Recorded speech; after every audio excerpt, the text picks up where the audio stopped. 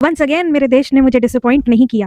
आप सोच सकते हो कि देश का सबसे बड़ा नेशनल इशू क्या होगा? Corruption, poverty, rapes, unemployment. Guess करो, गैस करो। एक औरत जिसने अपनी मैरिज को इक्वल मैरिज बता के ये बोलकर कि वो सिंदूर नहीं लगाएगी या फिर वो अपना सरनेम नहीं चेंज करेगी मैरिज के बाद, ये नेशनल इशू बना दिया। Hi, I'm Divija. I always take Miss Divija instead of Mrs. Divija when I fill forms. I did not take my husband's surname. I also don't wear sindoor or a Mangalsutra. This is not a Mangalsutra. My husband doesn't wear any of these things, so why should I? मतलब भाई moral policing of women on top. और सारे issue भाड़ में कहीं, इसी पे तो बात करनी है। यही तो नेशनल इशू होना चाहिए। हम औरतों से बाहर ही नहीं निकल पा रहे हैं। औरतों को हमें कपड़े पहनाना सिखाना है, औरतों को हमें सिखाना है कि वो लिव इन रिलेशनशिप में ना रहें। चलो यहाँ तक ठीक था। अब हम औरतों को ये भी सिखा रहे हैं कि सोसाइटी के अकॉर्डिंग उनकी क्या चॉइसेस होनी चाहिए, और सिखा नहीं रहे हैं, थोप रहे हैं। फिर वो चॉइस किस नाम की हुई भाई? मतलब मुझे तो वो वाली फीलिंग आ रही है, अमेरिका क्या कहता था, क्या हो तुम, आज हम कहते हैं। सीरियसली, मतलब बाकी देश देखो तरक्की कर रहे हैं, कोई अपने देश में टेक्नोलॉजी को एडवांस कर रहा है, कोई लीगल राइट्स को एडवांस कर रहा है। हमारा देश क्या कर रहा है? छोटे कपड़े वाली रंडी है तू। तू पति से पहले बॉयफ्रेंड रखती है, रंडी है तू।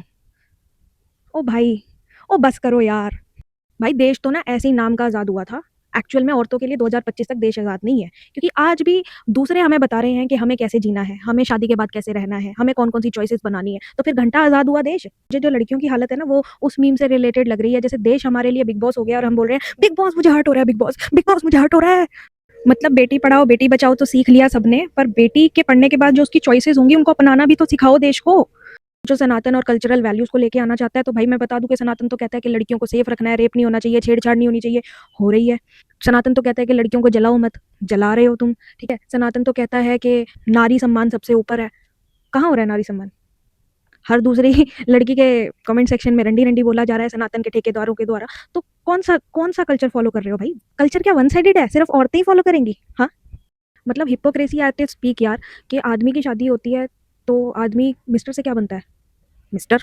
लेकिन औरत को क्या बनना पड़ता है? मिस से मिसेस। मतलब पूरी की पूरी आइडेंटिटी उसकी जोड़ दी उसकी शादी, उसके मैरिड होने पर, ठीक है। ऑन द अदर हैंड औरत क्या क्या पहन रही है?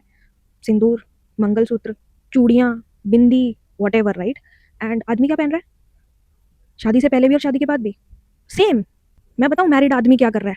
मैरिड आदमी लड़कियों के कमेंट सेक्शन में जाके बोल रहा है कि हम मैरिड नहीं है। बिलीव मी बेबी, हम मैरिड नहीं है।